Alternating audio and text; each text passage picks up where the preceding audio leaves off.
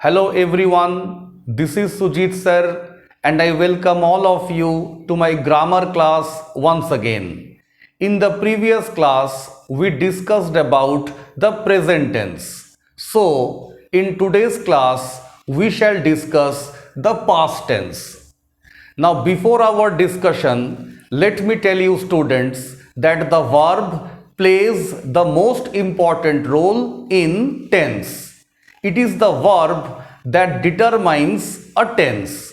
Therefore, let us understand the function of a verb in the beginning. Let us first understand what we mean by a verb. It is the word or the part of speech that describes an action or occurrence and forms the main part of the predicate of a sentence. Therefore, verb is the word that shows what action is taking place in a sentence. It is also the introductory word of the predicate part in a sentence. In other words, a predicate generally begins with a verb. When we go from one tense to another, or when we turn a present tense into a past tense or into a future tense, it is always the verb that we change. Therefore, we can say that the verb is the most important part of a sentence. It is also called an action word. Now, why is it called an action word? What do we mean by an action? Look at these pictures first. In this picture, we find a boy running. Now, running is of course an activity or a kind of action. Look at the second picture. In the second picture, we find a girl dancing. So, dancing is again an activity or an action. So, such actions are called a verb. Now let us understand clearly what we exactly mean by the subject and the predicate. The subject is the part which we talk about. It may be a noun or a pronoun. And what is told about or what is spoken about the subject is called the predicate. Look at these examples. Read the first sentence. All roads lead to the town. Now what we are talking about? We are talking about all roads. Therefore, this particular part, that is all roads, is called the subject part. And what is spoken about the subject? That is all roads. It is they lead to the town. Therefore, the portion or the part lead to the town is the predicate part. Now students, notice one thing, that the predicate part starts with a verb. As I have told you earlier, that a predicate generally begins with a verb. So in this sentence, all roads is the subject and lead to the town is the predicate. Look at the second example. Stars shine in the sky. So once again, the noun stars is the subject and shine in the sky is the predicate. Look at the third example. India is a peace-loving country. Now India, again a subject, and the part from is to the country is the predicate part. Look at the fourth example. Nobody loves a lazy boy. Once again, nobody is the subject and loves a lazy boy is the predicate. Now there is an exception in the last example. Here the verb has been used in the beginning, followed by the subject. It may sometimes happen that a predicate is placed in the beginning and then comes the subject. However, in most of the sentences, the subject is found in the beginning, followed by a predicate. Now let us discuss the various kinds of verbs.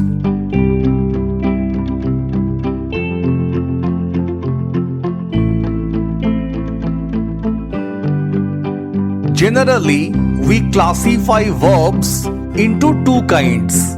One is auxiliary verbs, also called helping verbs, and the other one is main verbs, also called principal verbs. Now students, we should keep in mind that auxiliary verbs are limited in number. There are only 24 auxiliary verbs, which may again be classified into two kinds. Some are primary auxiliaries and some are called modals. Now we have as many as 11 primary auxiliaries. What are they? Look at the chart. Am, is, are, was, were. Now students, you have to remember that these five are called be verbs, in which am, is, are come under present tense and was and were are used in past tense. Then we have, has and had, which are called have verbs. Again, have and has are used in present tense, whereas we use had to denote an action in the past tense. Then we have do, does and did, which are called do verbs. And once again, do and does are used in present tense and did is used in past tense. Auxiliary verbs, which are called modals, include shall, should, will, would, may, might, can, could, must, ought to, used to, dare and need. Now of these 13 modals, the last two, that is dare and need, are considered as semi-modals. Now on the other hand, we have main verbs. Main verbs always have three forms: the present form, the past form and the past participle form. Look at these examples, students. Eat in the present form, ate in the past form and eaten in the past participle form. Similarly, take, took, taken, see, saw, seen, bring, brought, brought, fight, fought, fought, put, put. There are thousands of main verbs and we always need these verbs in our sentences. But we should be very careful about using these verbs because they must be used correctly in the sentences. Hope all of you have understood the importance of a verb in a sentence. Let us therefore move ahead and discuss the past tense. Now let us first understand, students, what is meant by the past tense.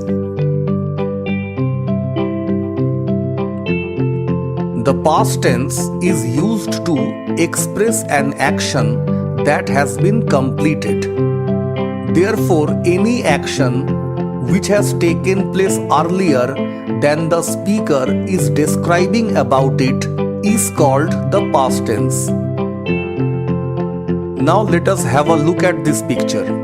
In this picture, we find a boy has climbed up a tree. Now when the speaker is describing about his action, the boy was already up on the tree. Therefore, the boy must have climbed up the tree earlier than the speaker is describing about it. The action of climbing up must have taken place earlier, sometime in the past. Such an action is called the past tense. Now, like present tense, there are again 4 forms of past tense. The first form of the past tense is the simple past tense. Now, what is meant by the simple past tense?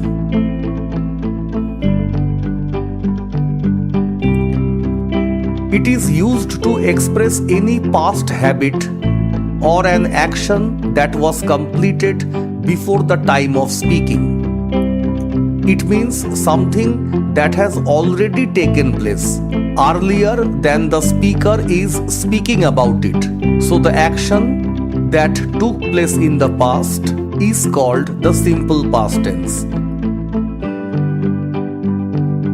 Now let us have a look at this picture. In this picture, we find a boy has fallen down.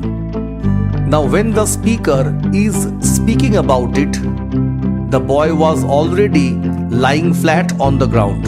It means the boy has fallen down earlier than the speaker is describing about him. The action took place in the past. So such an action that took place in the past may be called the simple past tense. Now let us have a look at some of the examples of simple past tense. We again have two kinds of sentences. One is affirmative and the other one is negative.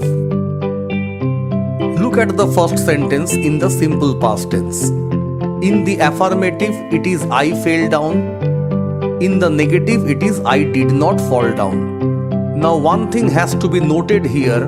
In order to turn a sentence into negative, we have to use did not in every case. And one more thing which we should not forget is that the present form of the verb will be followed by did not. We cannot use the past form of the verb thinking that it is the past tense. We should use past form of the verb. No, it is not so. After using did not, every time we have to use the present form of the verb. We fell down, we did not fall down. You fell down, you did not fall down. They fell down, they did not fall down. He fell down, he did not fall down. So in every case, if it is simple past tense, we have to use did not in the negative sentences, followed by the present form of the verb. Now students, let us have a look at the second form of the past tense. The second form of the past tense is called past continuous tense. Now let us first understand what is meant by the past continuous tense. It is used to express an action going on at some time in the past. So the action should have taken place in the past and it must be continuing. It must be in progress. If it is such, we can call it the past continuous tense. Here in this picture, we find a boy reading a book. Let us suppose he was doing it yesterday.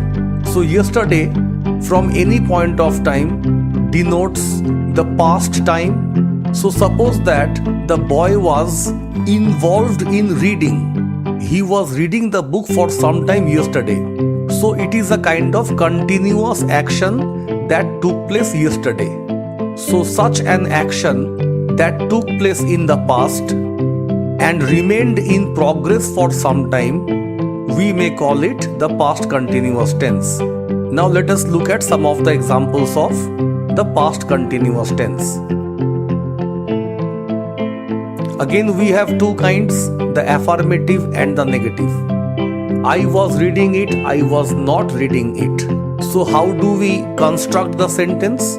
We shall first use the be verb, that is either was or were, according to the subject, followed by the ing form of the verb. And in case of negative, only not is added after the auxiliary verb. We were reading it, we were not reading it. You were reading it, you were not reading it. He was reading it, he was not reading it. And finally, they were reading it, they were not reading it. Now let us see, students, what the third form of the past tense is. The third form of the past tense is called past perfect tense. Now what is meant by the past perfect tense? It is used to describe an action that was completed before another action took place. In other words, we can say, suppose that there took place two actions. Of those two actions, the action that had taken place earlier than the other should follow the past perfect tense. Now here in this picture, we find a passenger running after a train. The train had already departed from the station. Therefore, when the man reached the station, he found the train had already departed.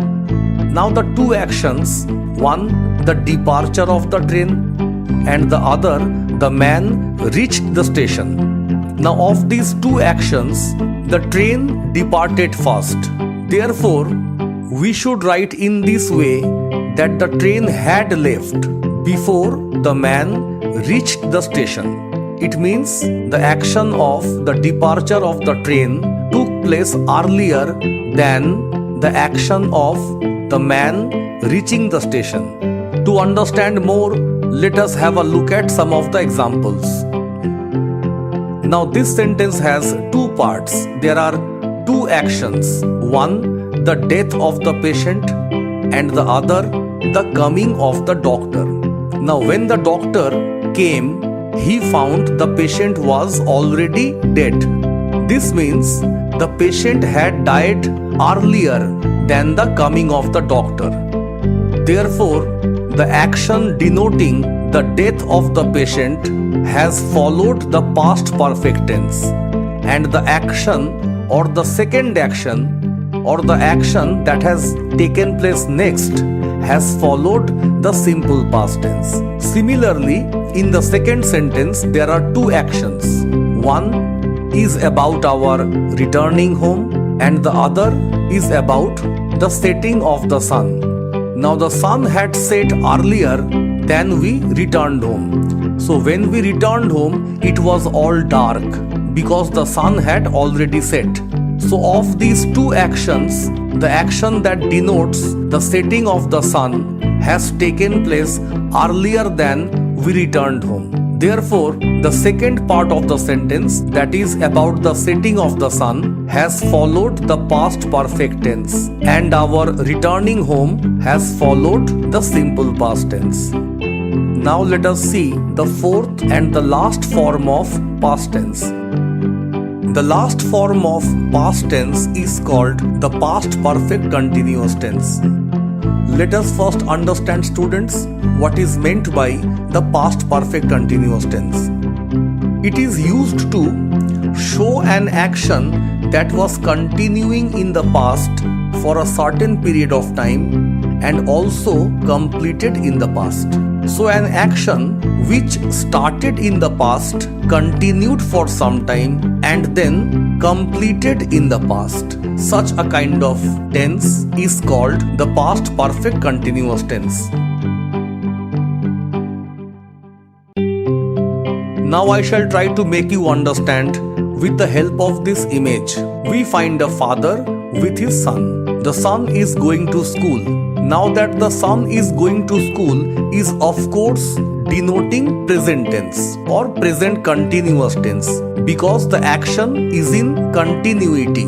But if we think of the past, when the boy's father was a student and was in his age, he also used to go to school, and he used to go to school almost regularly like the boy. So when the father was of the age of his son, one day he started the process of going to school, and for many years, some 10 to 12 years, he continued the process, and probably when he passed class 12, he stopped going to school. So when he was going to school, the action was in progress and the action took place in the past time. And when he finished his course of study or when he stopped going to school, from that day to today, there is a gap of time. So there is a gap of time between when the man in his earlier life stopped going to school and today when the speaker is speaking about him. So such an action may be called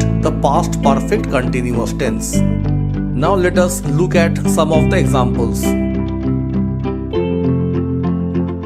It had been raining for 3 hours yesterday and the rainfall continued for 3 hours. So, suppose that the rain started at 11 am, therefore it must have stopped at 2 pm, the gap of 3 hours. So, this sentence can be classified as the past perfect continuous tense.